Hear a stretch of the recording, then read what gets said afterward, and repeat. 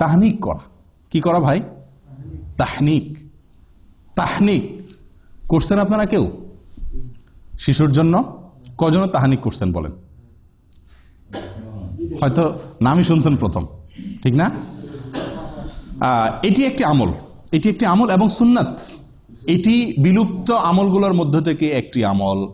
তাহনিক হলো শিশুর জন্মের পরে তার মুখে প্রথম খাবার হিসাবে মায়ের বুকের শাল দুধ খাবে, ওটা তো ঠিক আছেই। আর এর বাইরে খেজুর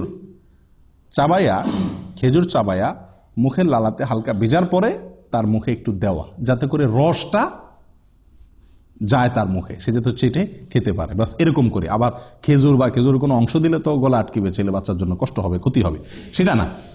মুখের ভিতরে চাবায়া ওইটাকে ভিজায়া তার মুখে দেওয়া, যাতে করে সে শুধু রসটুকু, সামান্য একটু রস চেটে নিতে পারে, খেতে পারে। এটাকে বলা হয় তাহনিক। আয়েশা রাদিয়াল্লাহু তাআলা আনহা বলেন, সহিহ মুসলিমে বর্ণিত আছে, নবী সাল্লাল্লাহু আলাইহি সাল্লামের যুগে যত শিশুর জন্ম হতো সবাই তার কাছে নিয়ে আসতেন। আনলে তিনি ওই শিশুর জন্য দোয়া করতেন বরকতের, এবং যেদিন হয়তো সেদিনই সাধারণত আপনার, এবং তার জন্য কি করতেন? তাহনিক করে দিতেন। কি করে দিতেন? তাহনিক করে দিতেন। কে? নবী সাল্লাল্লাহু আলাইহি সাল্লাম। তাহলে বোঝা গেল আমলটা নবী সাল্লাল্লাহু আলাইহি সাল্লাম থেকে প্রমাণিত এবং এটা সুন্নাত। এখন একটা কথা হলো, আমাদের যুগে তো কি নাই? নবী সাল্লাল্লাহু আলাইহি সাল্লাম নাই। তাহলে আমাদের শিশুর তাহনিক কে করাবে?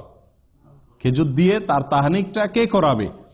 তো এটা নিয়ে অনেক ওলামা একরাম বলেন, আপনার যুগে যে কোনো নেককার, পরহেজগার, মুত্তাকি, ইমাম সাহেব, কোনো আলেম, কোনো ভালো মানুষ তার কাছে নিয়ে যাবেন, তাকে দিয়ে তাহনিক করাবেন। বুঝে আসছে কথা? অন্য অনেক ওলামা একরাম বলেন না, নবী সাল্লাল্লাহু আলাইহি সাল্লাম তাহনিক করেছেন, ওনার পরে কোনো সাহাবীর কাছে আর কেউ নিয়ে গেছেন বলে খুব একটা প্রমাণ হয় না। অতএব অন্য কারোর কাছে নেওয়া জরুরি না। বাপ মা, দাদা দাদি, নানা নানি যারাই থাকবেন আশেপাশে, তারাই কি করে দিবেন? তাহনিক করে দিবেন। এটা সুন্নাত।